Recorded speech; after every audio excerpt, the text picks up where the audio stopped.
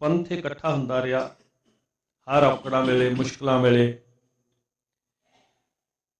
हर विपता वेले, औकड़ वेले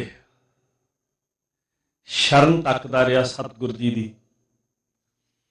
अज जो दया की है दाता जी ने साडे उत्ते, महाराज कहंदे ये शरण शब्द जिहड़ा है ना, ये असल च सिख दी गुरु नाल गंढ है।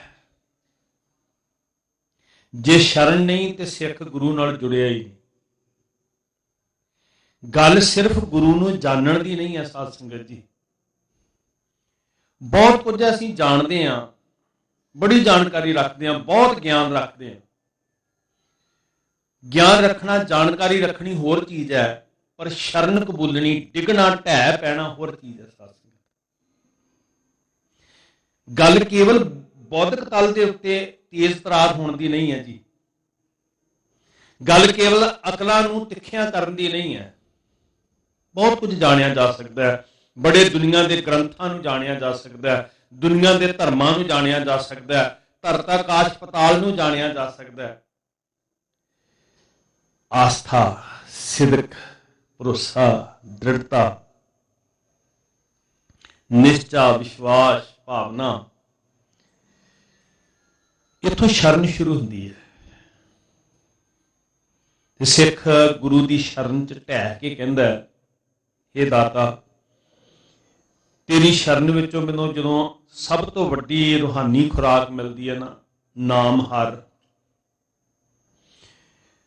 वही मेरे वास्ते सुखां की पूंजी है, वही मेरे वास्ते शोभा शोहरत है, वही मेरे वास्ते आत्मक आनंद है, वही मेरे वास्ते संसारक सुख है, वही मेरे वास्ते लोक है ते परलोक है।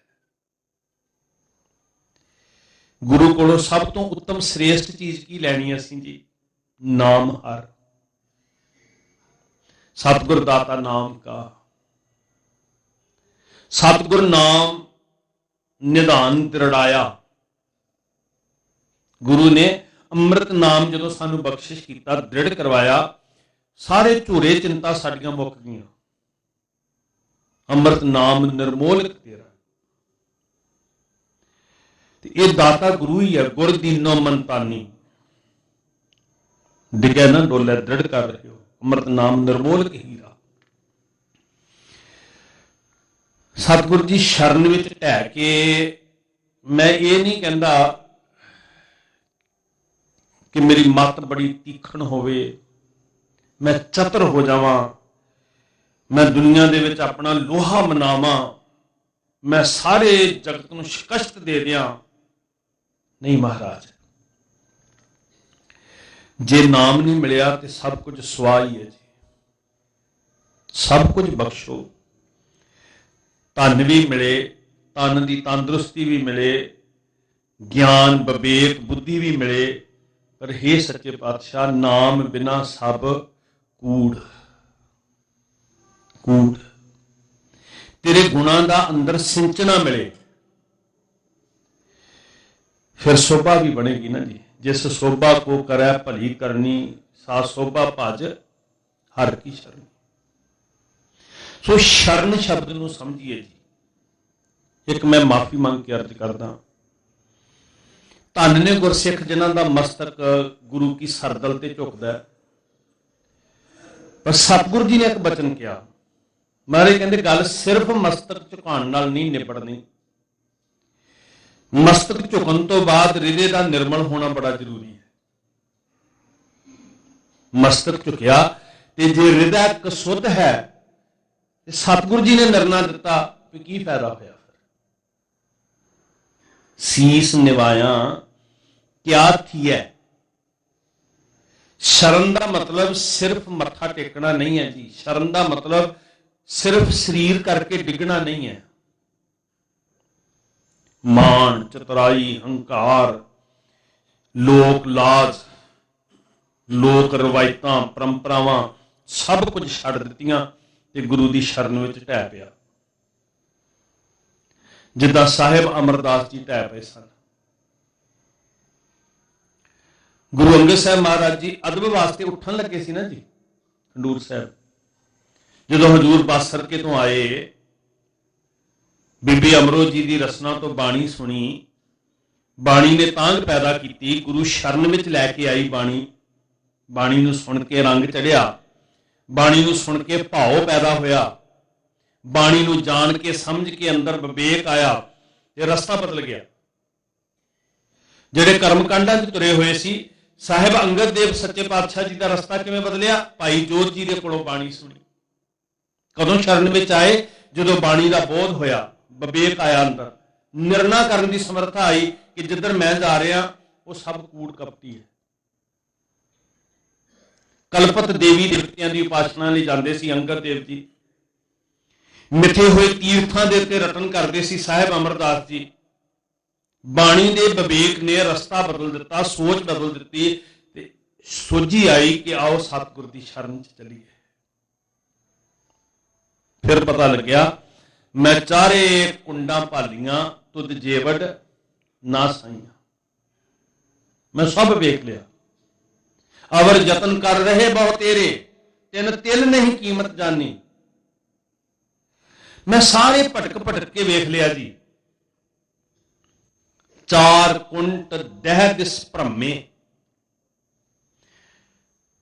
थक आए। थकन का मतलब है कि हुण मैं भटक के अक गया महाराज, कितों कख नहीं मिलिया, प्रभ की शाम शरण में आ गया जी। हार परियो स्वामी के द्वार है। मैं डिग पिया सच्चे पातशाह, हारन का अर्थ की है जी कि मेरी चतुराई, यतन, अकल, मत, बुद्धि सब पासे रख दी। मैनू हुण तेरी बाणी तो सोझी आई कि बाकी तो सब कूड़ ही है। हार परियो स्वामी का द्वार है, दीजा बुद्ध विवेका। बाणी का एक शब्द शरण की सोझी दे दिंदा जी, एक बचन, एक किनका। भाई जोत जी इशनान करते ने, साहिब अंगद देव जी महाराज सुनते ने। कदों शरण में आए? जदों अंदर विवेक का दीवा जगया, कर्मकांड सुते सिद्धि छुट गए। जे शायद पता नहीं किन्ने कुलों तो रवायत बनी होएगी जी, जाना है कलपत देवी देवतियां दे, पता नहीं किन्ने पीढ़ियां तो तुरे आ रहे होंगे। अमरदास जी भी जाना है तीर्थां दे रटन लई। वो बीबी अमरो जी के कोलों बचन सुनते हैं, शरण की सोझी आ जाती है। तो जो सिख जाता है ना शरण लई, फिर गुरु अगों वाली आके मिलता है, अगों वाली बाहां पसार के सतगुरु मिलता है। जिस दिन अंगद देव जी महाराज गए सन, धन गुरु नानक साहब जी अगों वाली घोड़े की वाग फड़न वास्ते आए सी। आ शरण में आउण वालिया, मैं तैनूं उडीकदा, मैं उडीकदा तैनूं। चरण शरण गुर एक पैंडा जाए चल, सतगुर कोट पैंडा कदम ते पुट के वेख, सतगुर आयो शरण तुहारी। एक कदम गुरु वाले पासे पुट के वेख, गुरु अगों वाली आएगा ते तैनूं खिचल नहीं करन देगा, तैनूं घोड़े तो नहीं उतरन देगा। आप माफ करियो, जिवें सेवक बन के अगों वाली आके मिलता ना कोई, इदां गुरु कहंदा मैं आ तैनूं उडीक रिहा भी आ सज्जणा, सीधे रस्ते ते आ। साहिब अमरदास जी आए ते धन गुरु अंगद साहब जी उठ के खड़े होने लगे। साहिब अमरदास जी ने कहा, मैं कुड़म बन के नहीं आया, मैं शरण में आया। मैं कुछ बन के नहीं आया, किसी रुतबे नाल नहीं आया, किसी हस्ती करके नहीं आया। ये साडे दी व्याख्या है शरण दी जी। गुरु कोल आउण वाले पुरखा किसी रुतबे करके, किसी हस्ती करके, किसी हौमै करके, किसी होंद करके नहीं, मिट के आना। मैं सेवक होके आया पातशाह जी, सेवक होके आया। साहब ने गल ना ला लिया सी, टिके हुए गल ना ला के क्या सी, तू मेरा होया मैं तेरा होया। सतगुर आयो शरण तुहारी। फिर लिए जिन्ना मर्जी फिर लिए, भटक भटक के आना ही पैना। थक आए प्रभ की शाम, किरत कर्म के विछड़े, कर कृपा मेलो राम। चार कुंट दह दिस भ्रमे, थक आए प्रभ की शाम। सतगुर आयो शरण तुहारी। नहीं जी, अजे तो बाहर ही फिरते पे हैं। अपने आप को पूछिए भी आ गए हाँ भाई, डिग पे हाँ, इत्थे शरण आउण दा मतलब है सगल द्वार को छाड़ के छड्ड आया कि जां इत्थों मत्था टेकन तो बाद होर भी किते जाना है। शनिवार आवेगा तो होर किते जावांगे, मंगलवार आवेगा तो होर किते जावांगे। धन कलगीधर पातशाह जी ने दृढ़ करवाया छाड़ के। बाबा रविदास जी कहते साची प्रीत हम तुम स्यों जोरी, ते प्रीत की व्याख्या की है, तुम स्यों जोर अवर संग, गज के कहो जी, तुम स्यों जोर अवर संग तोड़ी। किन्ने क थावां ते जोड़ के बैठे हैं।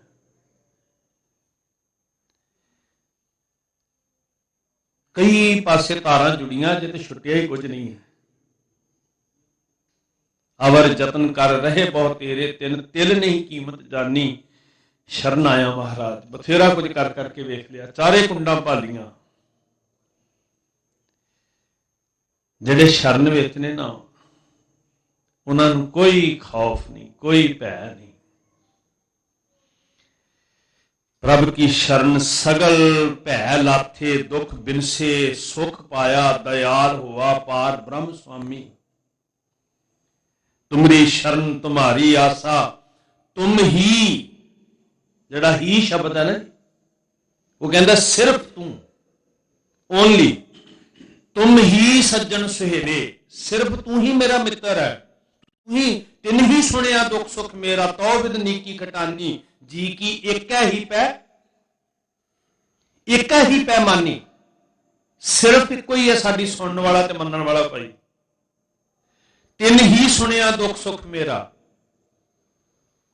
तुम ही सज्जन सुहेले, राखो राखण हार दयाला, नानक करके गोले। शरण आउणा तेरा चाकर बन के, तेरा सेवक बन के, किसी कुड़म बन के नहीं आया। अमरदास महाराज कहते मैं किसी हस्ती नाल नहीं आया, मैं सेवक बन के आया। फिर गुरु गल नाल ला लैंदा, जो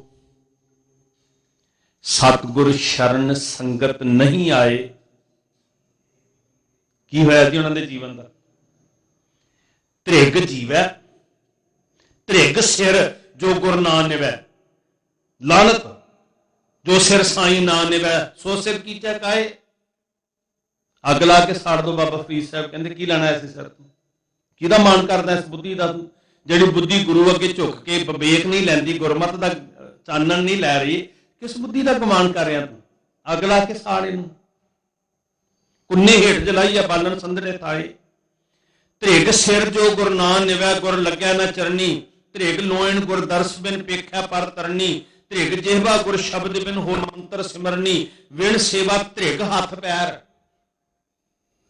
लानत जी गुरु तो टुटे हुए तो। त्रिग दा अर्थ लानत ही है, एक नहीं कई। विण सेवा त्रिग हाथ पैर, होर ने फल करनी, पीर मरीदा पिरहड़ी। सुख सुख मंगते हैं जी, ते कित्थे है सुख? सुख सत गुर शरणी, सुख सत गुर शरणी, सुख सत गुर शरणी, सुख सत गुर शरणी। सुख सत गुर शरणी, गुर शरणी, सुख सत गुर शरणी। गुरु की शरण विचों सुख मिलने हैं जी। सतगुर आयो शरण तुहारी, मिलै सूख। आओ परम आनंद लईए गुरसिखो, आओ भटकना त्यागीए जी। कितों कख नहीं मिलना, सर्ब सुखां का दाता सतगुर। ज्ञान विवेक शुभ रस्ता मार्ग सब कुछ गुरु को मिलना है। भूले मार्ग जिन्हें बताया, ऐसा गुर वड भागी पाया। आओ लईए गुरु को बख्शिश। तो महाराज अज बड़ी प्यारी साडे ते बख्शिश कर रहे हैं। तुसीं जिथे जिथे भी बैठे हो सुरतां करके, मैं फिर अर्ज करदा, कौम का दिल धड़क रहा, तुहाडे सारियां दे हिरदे दे अंदर धड़कन है श्री दरबार साहब, श्री हरमंदर साहब। जो सतगुरु जी ने अज आदेश किया सानू, आओ मन चित एकाग्र करके ना रजोई करिए। पातशाह असीं अलपग हाँ, सानू सोझी नहीं ਤੁਸੀਂ ਕਿਰਪਾ ਕਰੋ ਸਾਡੇ ਹਿਰਦੇ 'ਚ ਸੋਝੀ ਵਰਤਾਓ ਪਾਤਸ਼ਾਹ ਜੀ। ਇੱਕ ਵਾਰ ਸਾਰੇ ਪਿਆਰ ਵਿੱਚ ਜੁੜ ਕੇ ਆਖੋ, ਸਤਨਾਮ ਸ੍ਰੀ ਵਾਹਿਗੁਰੂ।